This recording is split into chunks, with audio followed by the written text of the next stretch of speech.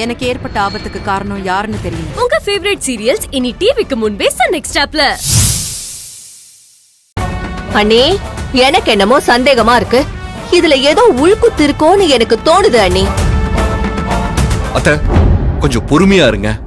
அவங்க அப்பா அம்மா தான் ராமேஸ்வரம் போயிட்டாங்கன்னு தேவி அன்னைக்கே சொன்னான்ல. அட என்னப்பா நீ, ராமேஸ்வரம் என்ன ரஷ்யாவிலயா இருக்கு? என்ன கதை விடுறாளா அவ? அவ சொல்றதுல என்ன தப்பு இருக்கு அபி? பெரியவங்க ஒரு வார்த்தை சொன்னா அது உடனே மதிக்க வேண்டாமா? நான் என்ன எனக்காகவா சொல்றேன்? அவ உன் கூட சந்தோஷமா வாழ்க்கைய ஆரம்பிக்கணும்ல. அதுக்கு அவங்க அப்பா அம்மாவை கூப்பிட்டு பேசணும். ஊருக்குள்ள 4 பேரு 4 விதமா பேசுறதுக்கு முன்னாடி ரிசப்ஷனையும் நடத்தணும், தல தீபாவளியும் நடத்தணும். இந்த நல்ல எண்ணத்துல தானப்பா நான் சொல்றேன். அத கூட மதிக்கலன்னா எப்படிப்பா? அம்மா, நீங்க சொல்றதெல்லாம் கரெக்ட் தாமா. நான் உடனே தேவி அவங்க வீட்டுல பேச சொல்றேம்மா. இதுக்கு நடுவுல ரகசியமா மேரேஜ் சர்டிபிகேட் வேணும்னு ரெடி பண்றா. கையும் களவுமா மாட்டிக்கிட்ட அப்புறம் வந்தவர் யாருன்னு தெரியவே தெரியாதுன்னு சாதிக்கிறாளே அவ. எதுக்குடா திடீர்னு மேரேஜ் சர்டிபிகேட் ரெடி பண்ண ஒரு ஆளை வர வச்சா? அம்மா, அவதான் இல்லன்னு சொல்றாளம்மா.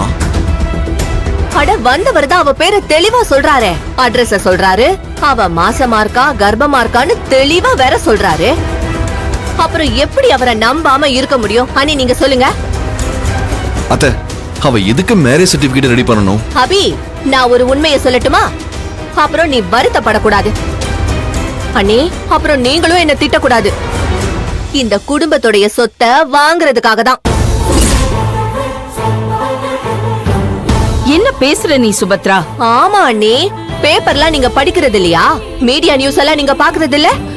எத்தனை ஜீவனாம்ச கேஸ் இதெல்லாம் ஒரு ட்ரெண்ட் ஆயிடுச்சு அண்ணி. இந்த கல்யாணத்தை மேரேஜ் சர்டிபிகேட்ட வச்சு லீகலா ஆக்குனாதானே நாளைக்கு கோர்ட்டுக்கு போக முடியும், இந்த குடும்பத்தோட சொத்தையெல்லாம் கேட்க முடியும். இந்த குழந்தைக்கு இவருதான் அப்பான்னு இவ மேல கேஸ் போட முடியும். அடி பாவி, விஷத்தை இப்படி கக்கறிய நீ. என்ன உளற சுபத்ரா? அண்ணே, நீங்க படிச்சவங்க. நான் வளர்றனா இல்ல உண்மைய பேசுறனான்னு உங்க மனசாட்சிக்கே தெரியும். அபி, சுபத்ரா சொல்றது நாட்டுல நடக்கிறது தாண்டா, இல்லன்னு சொல்லல. ஆனா தேவி அப்படிப்பட்ட ஆளா? சச்ச, இதெல்லாம் பெருசா எடுத்துக்க வேண்டாம். அண்ணி, அப்பா காதலிக்கும் போதே குழந்தை உண்டாகிட்டா. இங்க வராமலேயே ஏற்காட்டுல வச்சு பிளான் பண்ணி அபிய வச்சு திருட்டு தாலிய வேற கட்டிக்கிட்டா. இப்ப ஆளை வேற வர வச்சு மேரேஜ் சர்டிபிகேட்ட ரெடி பண்றா. நான் நிச்சயமா சொல்றேன் அண்ணி, அவளோட நோக்கமே காசை பறிக்கிறது தான் அண்ணி. அவளோட டார்கெட்டே நம்மளோட குடும்ப சொத்து தான். ஏய் சுபத்ரா, போதும் நிறுத்து. அபிய போட்டு குழப்பாத. ஐயோ அண்ணி, நான் அவனை குழப்பவே இல்ல. இப்பவே இவனை ஜாக்கிரதையா முழிச்சுக்க சொல்றேன். அபி, நீ லவ் பண்ணும்போது நீ கொடுத்த லவ் லெட்டரு, போட்டோ இந்த மாதிரி ஏதாவது உன்கிட்ட இருக்கா? அதெல்லாம் ஜாக்கிரதப்பா. அப்புறம் உனக்கே எதிரான ஆதாரமா அது ஆயிட போகுது. அவ அத பத்தி எல்லாம் உன்கிட்ட கேட்டாளா? நம்ம ரூம்ல நம்ம போட்டோஸ் 2-3 மாட்டா நல்லா இருக்கும்னு தோணுச்சு.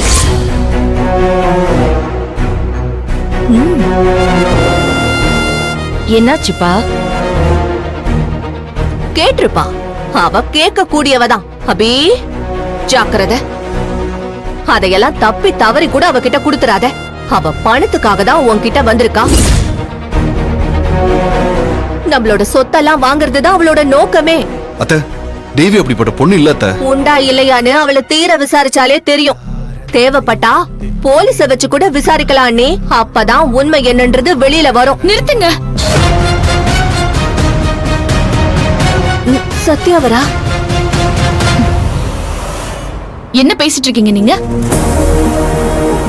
அபிமாமா, என்ன இதெல்லாம்? அவங்க உங்க வைஃப பத்தி ஏதேதோ தப்பு தப்பா பேசிட்டு இருக்காங்க. நீங்க எதுவுமே பேசாம நிக்கிறீங்க. இப்ப நான் என்ன தப்பா பேசினேன்? தேவி பணத்துக்காக வந்திருக்காங்க. அவங்கள போலீஸ வச்சு விசாரிக்கணும்னு கண்டபடியெல்லாம் பேசுறீங்க. அப்போ ச்சீ, நீ ஒட்டு கேட்டியா? பாத்தீங்களா நீ இவள? முதல்ல வீடியோ எடுத்தா, இப்ப மறைஞ்சு நின்னு ஒட்டு கேட்டிருக்கா. ஏன் நீங்க ஒட்டு கேக்கலையா? சத்யா, என்னம்மா இதெல்லாம்? அதான் அத்தை நானும் கேக்குறேன். என்ன இதெல்லாம்? தேவி அக்கா ஒண்ணும் அந்த மாதிரி ஆள் இல்ல. சத்யா கொஞ்சம் அமைதியா இருங்க. தேவியை பத்தி எனக்கு அதிகமா தெரியுமா இல்ல உங்களுக்கு அதிகமா தெரியுமா? அப்புறம் ஏன் மாமா இவங்க தேவிய பத்தி தப்பா பேசும்போது நீங்க சும்மாவே இருக்கீங்க? ஏன் ஆட்சேபனையே பண்ணல? ஏய் முதல்ல நிறுத்து. நீ என்ன தேவிக்கு இந்த வீட்ல பினாமியா? அப்படியே துள்ளிக்கிட்டு வர. நான் தேவிக்கு பினாமி இல்ல, ஆனா சத்தியம் நியாயம் தர்மத்துக்கு பினாமி. போதுமா? ஏன் கண்ணு முன்னால எங்க எப்போ என்ன அநியாயம் நடந்தாலும் நான் அப்படிதான் துள்ளிக்கிட்டு வருவேன். அது என் ரத்தத்திலேயே ஊறின விஷயம். உங்களுக்கு தேவிய பத்தி என்ன தெரியும்?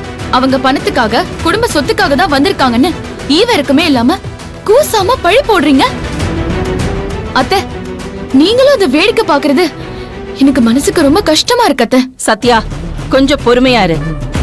இந்த வீட்ல எல்லாருக்குமே கருத்து சுதந்திரம், பேச்சு சுதந்திரம் இருக்குன்னு நான் முன்னாடியே சொல்லிருக்கேன். அதுக்காக இப்படியா அத்தை ஒரு அப்பாவி பொண்ண டேமேஜ் பண்ணுவாங்க?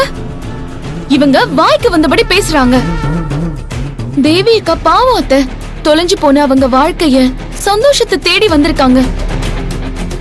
பணம் தான் முக்கியம்னா இத்தனை நாள் வயித்துல குழந்தைய சுமந்துட்டு இந்த ஊர் உலகத்துக்கு முன்னாடி அவங்க இவ்ளோ அசிங்கப்படுவாங்களா? நான் இப்பவும் சொல்றேன், எல்லாம் பணத்துக்காக, இந்த குடும்ப சொத்துக்காக தேவி போடுற டிராமா இதெல்லாம். அப்படிலாம் பேசாதீங்க. அவங்க அபிமாமாவை தேடி கண்டுபிடிச்சு ஒண்ணும் பேரம் பேச வரல. யதார்த்தமா தான் ஏற்காடுல அபிமாமாவை சந்திச்சாங்க. அது அபிமாமாவுக்கும் தெரியுமே. நம்ம கிட்ட பணம் இருக்குங்கிற ஒரே காரணத்துக்காக அந்த பணத்திமிர்ல நம்ம பேசக்கூடாது. அண்ணி பாத்தீங்களா நீ இவள எப்படி பேசுறா பாருங்க. நான் இன்னும் உங்ககிட்ட பேசவே ஆரம்பிக்கல. பேச ஆரம்பிச்சா தாங்க மாட்டீங்க. நீதான் பணத்திமிர்ல ஓவரா பேசுற. நீ வேணா நலனோட பொண்ணா இருக்கலாம், ஆனா நீ இந்த வீட்டோட மருமக. அத நீ மறந்துடாத. Subhadra, shut up. அண்ணி அத அவகிட்டயும் சொல்லுங்க அண்ணி. ப்ளீஸ் அத்தை. சத்யா, ரெண்டு பேரும் அனாவசியமா சண்டை போடாதீங்க. உங்க ரெண்டு பேரை விட தேவியை பத்தி எனக்கு தான் அதிகமா தெரியும். அபிமாமா, நீங்க அமைதியா இருங்க சத்யா. நான் அத்தைக்கு புரிய வைக்கிறேன். அத செய்ய மாட்டேங்கிறீங்களே அபிமாமா. அவங்க ஏதோ போலீஸ் அது இதுன்னு ஓவரா போறாங்க. இப்ப அவங்க உங்க மனைவிய பத்தி தப்பா பேசும்போது நீங்க சும்மா தானே இருந்தீங்க? சத்யா, நான் தான் பாத்துக்கிறேன்னு சொன்னேன்ல. நீங்க தயவு செஞ்சு தேவி பிரச்சனையில தலையிடாதீங்க. என் பிரச்சனையில தலையிட்டு சத்யா அவ வாழ்க்கையை கெடுத்துக்கிறாளே, இதை எப்படி தடுக்கிறதுனே தெரியலையே. பாத்தீங்களா நீ இவ எப்படி பேசுறான்னு? இங்க பாருங்க, நான் பேசுவேன். இங்க யாரும் என்ன தடுக்க முடியாது. அந்த ஆபீஸ் மேனேஜர் வந்து கல்யாண பத்திரிக்கை வைக்கிறப்ப என்ன சொன்னார் அபி? உனக்கே தெரியும்ல.